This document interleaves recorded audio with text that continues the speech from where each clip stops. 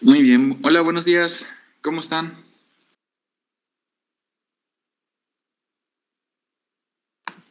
Buenos días, Hola, profe. profe, buenos días. Buenos días, profe. Hola, buenos días. Muy bien.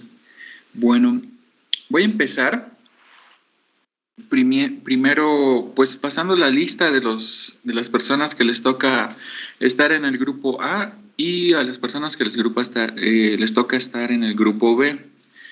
Pero antes de comenzar, solo es para recordarles que los laboratorios, en este caso, nos tienen comentado que son opcionales, entonces hay una problemática la que tenemos. Yo no lo veo como problemática, solamente lo veo como ir un día más, ¿no? Que es el día sábado. Entiendo que hay varias situaciones de que, por ejemplo, hay personas que no son de acá de Morelia y hay personas que trabajan. Entonces, les paso primero la lista y luego les digo cómo lo voy a solucionar para todas esas personas que tengan algún problema del día en este caso, del día sábado. Entonces, lo separé lo más sencillamente posible y déjenme compartir. Lo dividí de acuerdo a la lista para que no haya problemas. Entonces, tenemos lo siguiente, ¿no? Es Rodolfo, Ana Laura, Andrea, Ana, Paulina, Alexis, Emanuel, Jorge Luis, Carla Andrea, Diana Ivette, Arlet, Adriana, Carola, Ana Lucía, Michelle, Baruch, Samantha y Erika van a estar en el grupo A. Entonces con estos no debe haber problemas, lo voy a dividir pues día corrido, ¿no? Y luego tendríamos en el grupo B a Maricruz, Ilse, Alejandra Guadalupe, Margarita, Alejandra, Sebastián, a Valeria, Isabel, a Michelle, Fernando, Francisco, Jacqueline, Ana Victoria, Dulce María, Brenda Sofía, Leslie Ariam, Tarik y Francisco. Entonces, ¿cómo vamos a solucionar este detalle del sábado? Antes de esto, me gustaría preguntar quiénes tienen problemas por ir el día sábado, de los del grupo B. Ok. Sí, muy bien, que vayan levantando la mano.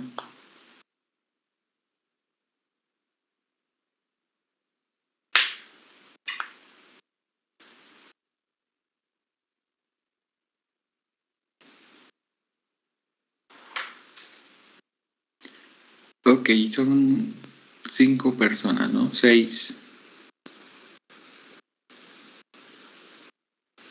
por ir el día sábado. Entonces, bueno, la solución que podemos darle es que el día viernes, en vez de ir a las 9, nos vayamos una hora antes. O sea, es decir, pues entremos el día viernes, pero a las 8. Yo paso reporte, entramos a las 8, nos da el tiempo suficiente, yo creo, para realizar las dos prácticas, porque va a estar relacionado con oscurecimiento de los alimentos. Entonces, vamos a realizarla ese día viernes, esas dos prácticas, para no tener problemas para ir el día sábado. Les digo, yo no tengo ningún problema de ir el día sábado, solamente lo hago para las personas que sí tienen problemas. Entonces, bueno, eso sería todo por cuestiones de laboratorio. ¿Cómo va a ser la dinámica la que voy a manejar? Entonces, el viernes les voy a estar subiendo pues la asignación, en una asignación, todas las prácticas que vamos a realizar. Entonces, van a tener que realizar las instrucciones que están ahí, van a tener que realizar una investigación, pues ya conocer en realidad de qué va a tratar cada una de estas prácticas para que podamos agilizar y podamos pues abarcar todo el tiempo que tenemos, ¿no? Que son casi entre 2 horas, 3 horas, para no tener problemas si no se finalizó o si sí pudimos finalizar, ¿no? O sea, si faltó algo o algún detalle. Entonces, el día viernes yo les subiría todas las prácticas que se van a realizar. Para este caso van a ser 3. Y van a tener que realizar la investigación y las indicaciones que hay en esas prácticas. Entonces, yo creo que no hay ningún problema aparte de eso. Lo demás lo vamos a realizar ahí en el laboratorio. Eso sí, deben llevar completo el equipo de protección del laboratorio. Ya nos comentaron que persona que no lleve, persona que mandamos a su casa.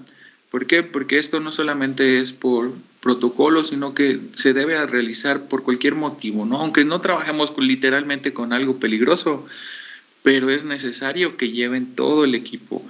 ¿Cuál es el equipo? Bata, zapato cerrado y me parece que son lentes de protección y guantes. Para este caso de los guantes, sí lo recomiendo que lo lleven por cualquier cosa, porque vamos a manejar diferentes soluciones a diferentes pHs. Entonces, tomen nota para no tener esta situación incómoda el mero día del laboratorio. Traten de conseguir todo su equipo de protección. ¿Hasta aquí alguna pregunta, duda? Valeria. Profe, ¿es en parejas? Si es en parejas, déjame ver cuántos son. Me parece que son 18, ¿no? Por grupo. Los voy a juntar, eso sí. Sí, los voy a juntar en parejas para que no hayan problemas. Si veo cualquier cosa, pues podemos modificar el número, ¿no? De los equipos. Entonces, fórmense primero en parejas. Yo creo que lo podemos manejar. Por ejemplo, creo que ya muchos teníamos nuestra pareja y unos están en el A y otro en el B, entonces no sé si podamos decirle la pareja y ya nos coloca en el día. Ok, no creo. No, porque se me van a... Miren, lo que no quiero hacer es que tenga más número en un grupo que en otro, ¿no? Entonces, entiendo que si no, sería más fácil colocarlos así. ¿Por qué los ordené así? Por el detalle de que no haya problemas al momento de seleccionar el día, ¿no? Entonces, si ya tenían sus parejas, yo creo que por esa parte, pues en realidad yo no lo veo por problemas, ¿no? O sea, no pasa nada, pueden trabajar con los que están aquí, con la lista, estas se las voy a subir y que vayan viendo cómo hacer pareja entre ustedes en el grupo que les tocó. Por esa parte, la verdad, digo, no creo que haya algún problema, a menos que ustedes me digan algo al respecto, yo veo cómo solucionarlo. Paulina. Profe, es que en mi caso los demás laboratorios sí son en el grupo B, necesita que todos sean en el grupo B, porque las demás materias las tengo en el B. Y en los horarios, pues, en este grupo si me toca en el A, me tocaría ir como los primeros días y, o sea, como saltado y perdería, pues. Ok, ¿alguien más está en la misma situación?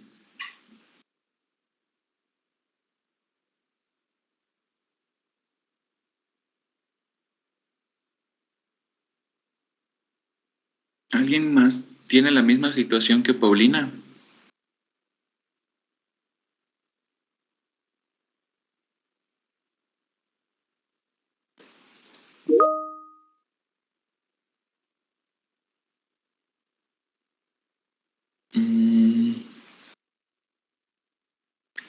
Ok, Paulina, vamos a ver.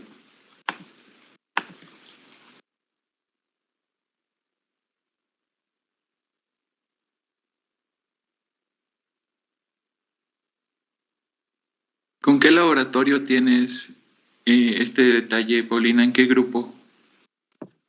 De microbiología y de cinética. Microbiología, ok. Profe, Tarik comentó que para que no se modifique el número de asistentes.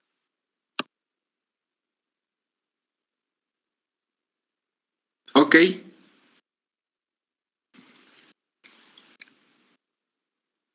Tarik. Tarik, entonces cambias con Paulina. Vamos a hacer esto. ¿Alguien más quiere cambiar? Que me vayan levantando la mano y hacemos esto para que no estemos incómodos. A eso voy, ¿no? Si lo quieren manejar así, adelante. Solamente no quiero que haya como que un desbalance. Entonces, primero voy a hacer el cambio con Tarik y Paulina. Déjenme hacer el cambio.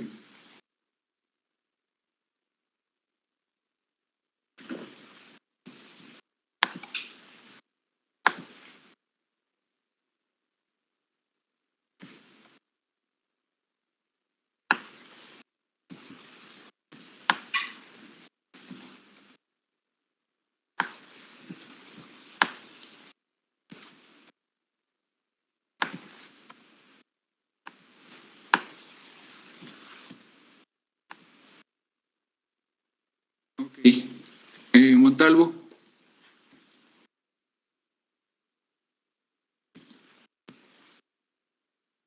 Maricruz, ¿con quién vas a cambiar?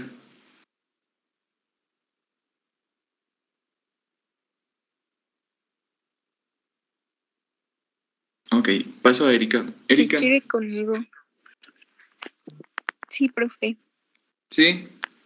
Entonces, Erika Martínez.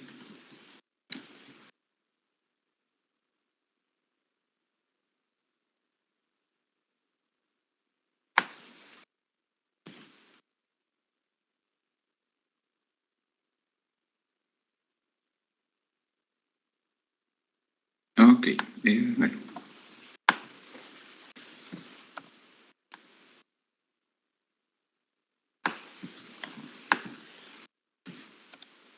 ¿Alguien más?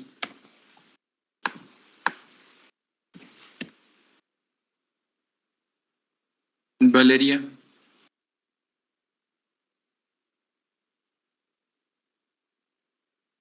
Yo tengo la mano abajo, profe. Ok. Arlet. Yo quería cambiar al B, profe, pero no sé si hay alguien que se quiera cambiar al A. Jesús. Sí, a mí me gustaría cambiarme a la... Ok, entonces cambio ustedes dos.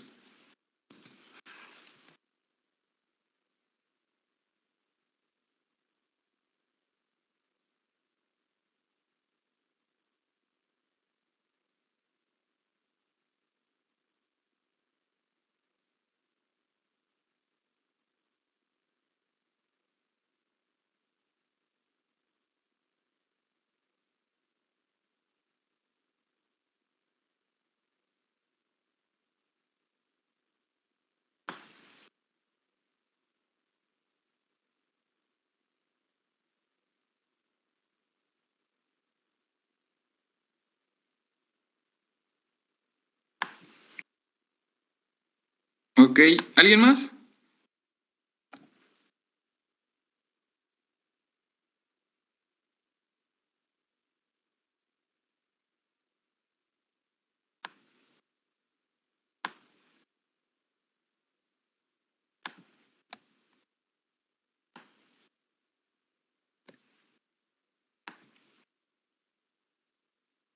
¿Nadie más?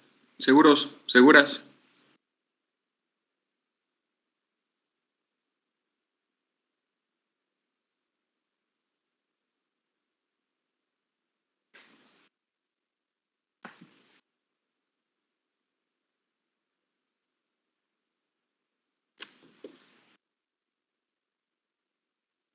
Bueno, lo voy a dejar así.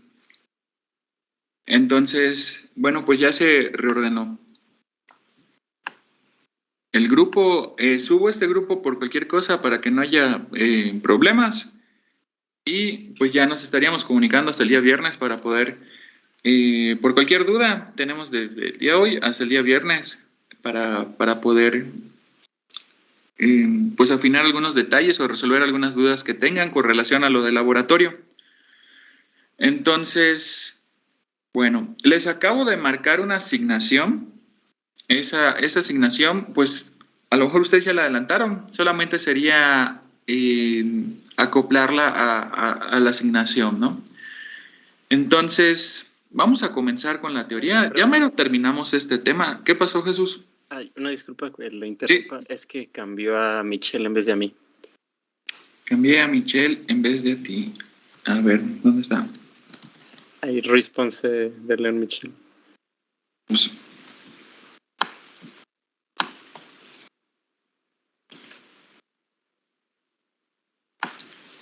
y tú eres Ruiz Ramírez. Ramírez.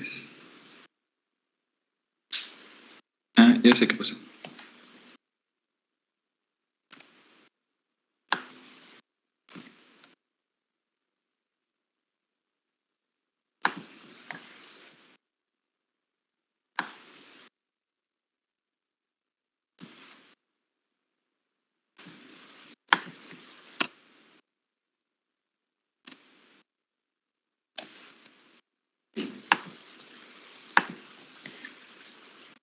Profe, disculpe. No, La actividad que marcó ahorita es en equipos. la de las propiedades funcionales. Sí, la de las proteínas. Déjame ver.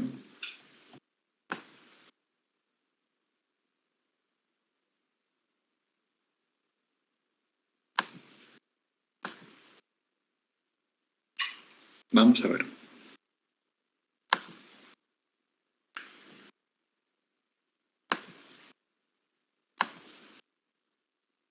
Ok, no, es personal, pero está bien, acepto la idea, ¿no? Si quieren realizarlo en equipo, adelante, no hay problema. Solamente en la portada agréguenme a los integrantes. Máximo 2, más bien, va a ser por parejas. Ok. Valeria. Gracias, profe. Profe, yo me cambio con Maya. Sí, profe, yo también le iba a decir. Ok, ¿ustedes dos son a las que voy a cambiar? Bueno, yo del B a la y Maya del A al B. Ok.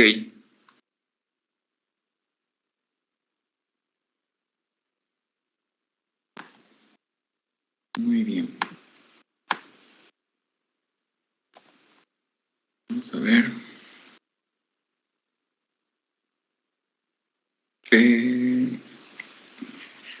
Apellidos. Estoy en el número 5, profe. Ah, ya te vi. Ok. Muy bien.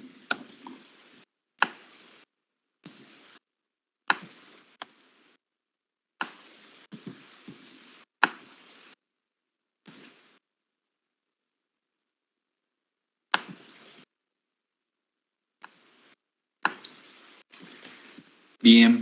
Bueno. ¿Alguien más? Creo que ya sería todo. Entonces, resumiendo, la actividad sí puede ser en equipo, o sea, puede ser en parejas. La actividad de la que acaba de marcar el día de hoy, de las propiedades funcionales de las proteínas. Les voy a marcar una actividad más. Recuerden que todo esto es para entregar hasta el domingo. Entonces tienen, desde mi punto de vista, suficiente tiempo para realizarlo. Entonces, vamos a continuar. ¿Alguien recuerda en qué nos quedamos? ¿Terminamos de ver las estructuras tridimensionales de las proteínas? Yo creo que sí. ¿Alguien me lo confirma, por favor? Profe, nos quedamos en las propiedades funcionales para la fabricación de alimentos. Aquí nos queda... Ah, ok. Terminamos de ver los péptidos en la industria alimentaria, ¿no? Vi ejemplos de los diferentes tipos de péptido y... Ok, ya sé dónde.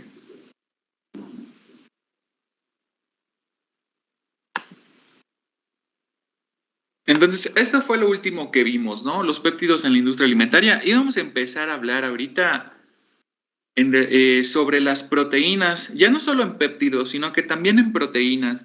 Pero antes de esto, vamos a repasar rápidamente, pues, las organizaciones estructurales de cada uno de las proteínas que pudieran llegar a tener. Entonces, ¿de qué trata? ¿De qué trata esta estructura proteínica, ¿no? O estructura proteica. Bueno, principalmente lo que tratan de encontrar formando estas cadenas lineales y sobre todo los demás tipos de enlaces que ya vimos, pues principalmente es la estabilidad de la estructura proteica. se dice que existen 4 niveles de estructura y principalmente están estabilizados por diferentes tipos de enlaces químicos. En su mayoría son los enlaces covalentes, los cuales, pues en realidad estos son los que más importancia tienen, ¿no? En cuestión de estructura, porque si se llegan a perder estos, pues ya no sabríamos ni siquiera qué tipo de secuencia de aminoácidos pudiera tener la proteína. Y esto se resume a que en realidad ya ni siquiera sabríamos qué identidad pudiera tener esta proteína, ¿no? Estos enlaces, pues, covalentes, que se conocen principalmente por los enlaces peptídicos, nos dan muchísima información. Nos pueden hablar sobre el largo de la cadena, el peso de la proteína y muchísimas cosas, ¿no? Así como su identidad. Hay unas pruebas que se realizan en las carnes, en los embutidos, que, por ejemplo, cuando se tiene, por ejemplo, les dan un jamón, ya trabajando como analistas, desde el punto de vista como analista de alimentos, cuando envían un jamón para análisis, para poder saber en realidad qué es lo que tiene, sobre todo para análisis proximales, para ver, esos análisis sirven para realizar una investigación y poder realizar la etiqueta nutricional. Hay unos análisis que son especiales, sobre todo para determinar, en este caso para los embutidos, de qué carne pertenece, ¿no? Cuánta es la cantidad de carne que tiene de cada una de las carnes, ¿no?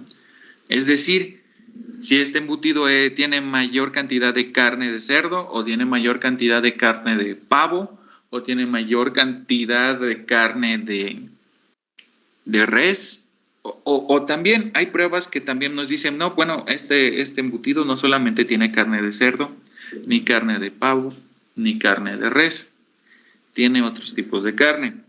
Entonces, como pudiera ser la de pollo, como que pudiera ser también la de caballo, o algunos otros animales que no solemos utilizarlos para alimentos, ¿no?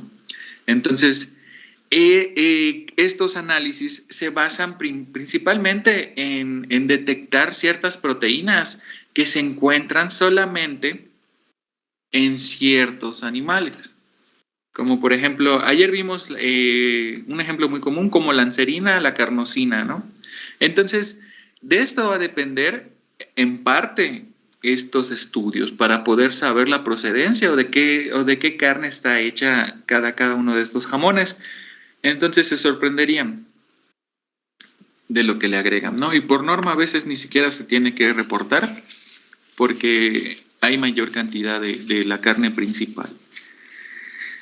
Luego, pues, continuando con la estructura de proteínas, pues tenemos los puentes iónicos, ¿no? También llamadas o conocidos como interacciones electrostáticas. Pues estos se crean principalmente por la atracción en la diferencia de tipo de cargas, ¿no? Y por último están los más importantes, pero uno de los más débiles, que son los puentes de hidrógenos.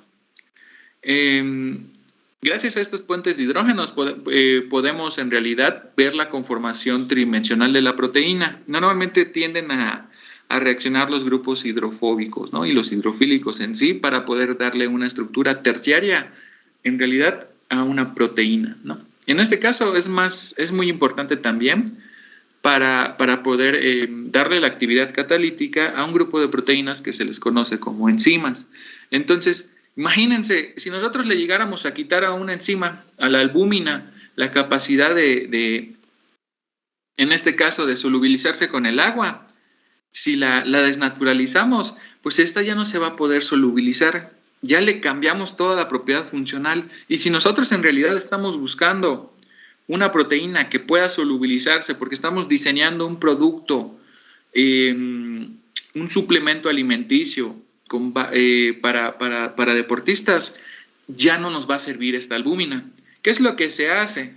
Pues hay diferentes tipos de de desnaturalizaciones para poder modificar esta particularidad que tiene la albúmina de huevo, que es la hidrofobicidad, ¿no? Entonces, esto es lo interesante de las proteínas, conocer desde la estructura básica, conocer los diferentes tipos de aminoácidos que pudieran reaccionar con el medio, en este caso pudiera ser agua, y saber cómo es que se modifican. También vamos a ver los diferentes tipos de modificaciones que pueden tener las proteínas al momento de la preparación, ¿no? Cuando hablamos de desnaturalización de proteínas, hay que recordar, ¿no?, que la palabra desnaturalización indica que la estructura pues se aleja de la forma nativa. Cuando hablamos de proteínas, a la forma principal, a la forma como se le ha descubierto, se le va a considerar como forma nativa. Entonces, cuando hablamos también, mezclándolo con el concepto de desnaturalización, cualquier proteína que deja de tener su forma nativa ya va a tener un cambio conformacional, un cambio en su estructura, y esto se debe principalmente a la desnaturalización. La desnaturalización, hay que tenerlo en cuenta, es muy diferente a la degradación. La diferencia es que la desnaturalización a veces, solamente a veces, pudiéramos decirlo así, que una proteína al aplicarle calor, aplicarle algún tipo de ácido o cambio brusco de pH, esta va a perder su conformación nativa, pero después de regresarla al medio en el cual se encontraba, esta vuelve a reordenarse, vuelve a tener sus mismos puentes de hidrógeno y vuelve a ser funcional, vuelve a tener su estructura nativa. No siempre pasa, a veces algunos residuos de aminoácidos no tienden a buscar con el cual estaban unidos mediante interacciones de puentes de hidrógeno o iónicas. ¿Y qué es lo que hacen? Pues se unen con otro diferente, y es cuando ya de por sí se le cambió completamente la estructura a la proteína. Y si ese cambio afecta por ejemplo, vamos a hablar de enzimas, el sitio activo ya perdió la actividad catalítica en esa enzima y ya no va a servir si estamos buscando poder fermentar algo, ¿no? Entonces, de aquí nace la importancia también de conocer los grupos, principalmente los aminoácidos, ¿no? Como dice la diapositiva, este cambio pues trae consecuencias, las pérdidas de las estructuras secundarias, terciarias, cuaternarias, pero no la primaria, y esto es pregunta de examen. La desnaturalización no se puede considerar una desnaturalización si ya se perdió la estructura primaria. ¿Por qué? Porque ya no se trataría de una desnaturalización, se estaría tratando de una destrucción o una degradación. Entonces, la desnaturalización, por lo dicho anteriormente, no implica una hidrólisis del enlace peptídico. Es decir, si se llega a dañar el enlace peptídico en la proteína, ya estamos hablando de otra cosa que no sea desnaturalización. ¿Qué pueden desnaturalizar a las proteínas? Ahí dice, ¿no? Cambios térmicos, algunos químicos, efectos mecánicos inducidos por calentamiento o también enfriamiento, por tratamientos con agentes que forman puentes de hidrógeno, como la urea o el cloruro de guanidinio, cambios de pH, la aplicación de detergentes, que es el fundamento en el cual se basa el SDS-PAGE, cambio en la fuerza iónica por adición de sales, el salting out, el salting in, presencia de solventes orgánicos. A veces tratamos de precipitar proteínas mediante la adición de acetona, debido a que los grupos hidrofílicos no se llevan con la acetona y tienden a precipitar. Se centrifuga, se descarta el sobrenadante, que en este caso pudiera ser solamente acetona, y también tendríamos que tener en cuenta que si estamos aislando una proteína de un alimento, pudiera ser que se estén yendo proteínas afines a la acetona, solubles en acetona. Sin embargo, si nos interesan las que no son solubles, pues después de la centrifugación, se va a ver abajo como un pellet, ¿no? Se le conoce como pellet o pastilla. Esa pastilla se saca del tubo, se resuspende en su medio natural, en un buffer para enzimas o para proteínas, y ya tenemos el primer paso para una purificación enzimática o proteica. También existe otro tipo, ¿no? Que la última es la agitación, pero esta en realidad no la podemos considerar tanto porque Solamente nos serviría para indicar si hay proteína o no. Esto se utilizaba un montón antes, ¿no? Pero luego se empezaron a conocer nuevos productos, por ejemplo, como son los metabolitos secundarios. Y muchos metabolitos secundarios, al momento de agitarlos, espumean o hacen espuma. Entonces, si nos ponemos en realidad a discriminar por si hace espuma o no, hay muchos otros compuestos en la naturaleza que hacen espuma, ¿no? Un profesor que se dedicaba a química de productos orgánicos, química de productos naturales, una vez me tocó acompañarlo a muestrear diferentes tipos de plantas. Entonces, lo que hacía era meterlos en uno de estos tubos Falcon, en un buffer de solución salina. Cortaba una hoja, cortaba una rama, cortaba una raíz y lo sacudía. Entonces, si sacaba espuma, él decía, bueno, sacó este tipo de espuma por la cantidad de burbujas, ya era como que tenía implementado en su ojo, en sus ojos, un espectrofotómetro, ¿no? Decía, debido a este tipo de espuma, vamos a ver que la mayor concentración de metabolitos va a ser de flavonoides, ¿no? Y así te decía para cada uno de estos. Entonces era súper interesante. No era nada aplicativo, obviamente, pero ya llegando al laboratorio se hacían las pruebas pertinentes y pudiéramos determinar, ¿no? Por eso digo, ¿no? El último apartado donde dice la agitación no solamente puede atribuirse a las proteínas. Entonces, en realidad, ¿qué es la desnaturalización? Pues la desnaturalización la podemos definir como una pérdida de la estructura ordenada. Si nuestra proteína se encuentra en estado, tiene una estructura cuaternaria, si pierde la estructura cuaternaria, vamos a estar viendo un ejemplo de desnaturalización. Si está en terciaria y pierde su estructura terciaria y llega hasta la secundaria o a la primaria, también vamos a ver un ejemplo de desnaturalización. Entonces, la desnaturalización simplemente es la pérdida de la estructura ordenada o la pérdida de la estructura nativa de la proteína. ¿Preguntas hasta aquí?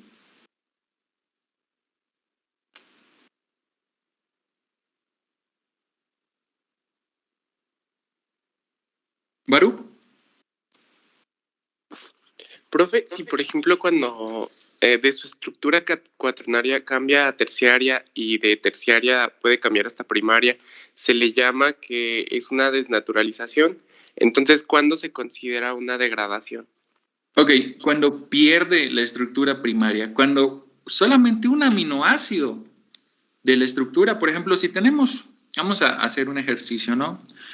Si llegáramos a tener una proteína con 72 kilodaltones, al momento de calentarla, vemos que aumenta a 88 kilodaltones. ¿Qué estará pasando? ¿Qué son los kilodaltones? ¿Qué unidad de medida son los kilodaltones? O los kilodaltons.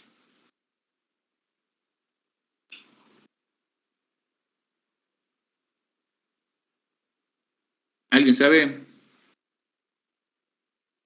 ¿Qué es un daltón?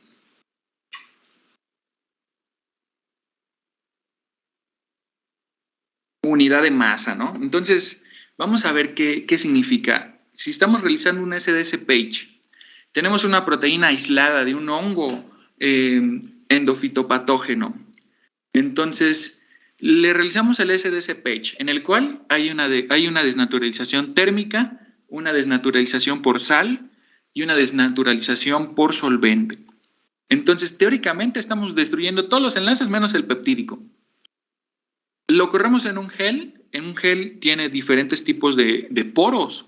Entonces, estos poros nos permiten conocer en realidad el peso aproximado de una proteína. Pero si nosotros llegáramos a hacer primero la desnaturalización térmica y vemos una proteína de 120 kilodaltones y luego le realizamos el tratamiento, ¿qué será? El SDS-PAGE completo y luego nos damos cuenta que la proteína en realidad era de 75 kilodaltones. ¿De dónde está apareciendo tanta masa? ¿Por qué pasa esto? Porque hay un cambio brusco, ¿no? Entre un procedimiento siendo la misma, en este caso vamos a llamarla enzima, siendo la misma enzima. ¿Por qué hubo un cambio brusco de peso, no? ¿Por qué cambió? Todo esto se debe al tipo de ordenamiento. Lo que en realidad a una persona normal que está realizando su tesis con hongos puede volver loco al grado de la locura es que hay que tomar en cuenta la estructura tridimensional, porque si está en su estado nativo, está bien en forma de bolita, ¿no? Imagínense una bolita. Pero esta bolita es capaz de pasar entre los poros del gel, entonces va a aparentar tener menos tamaño.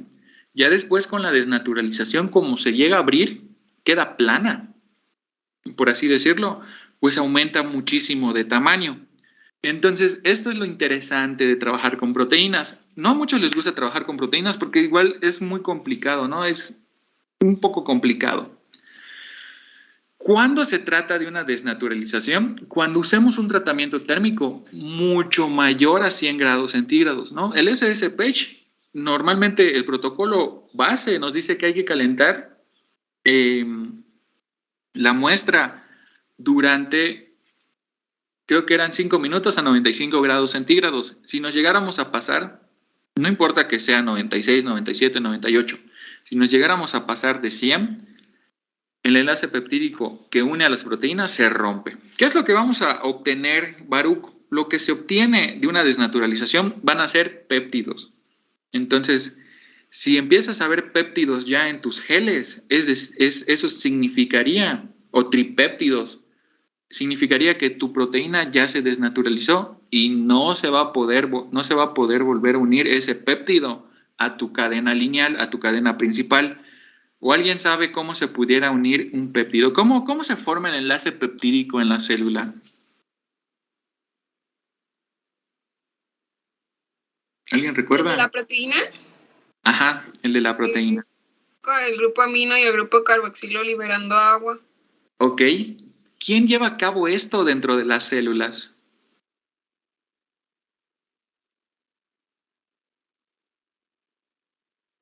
Aplicando el dogma central de la biología molecular, es decir, ADN, ARN mensajero, el ARN mensajero pues traslada esa información a cierto organelo que tiene la célula. Ese organelo empieza a unir a los aminoácidos, el cual requiere muchísima energía para poderlos unirlos de los extremos y formar el enlace peptídico. ¿Qué organelo hace ese trabajo? ¿No lo han visto?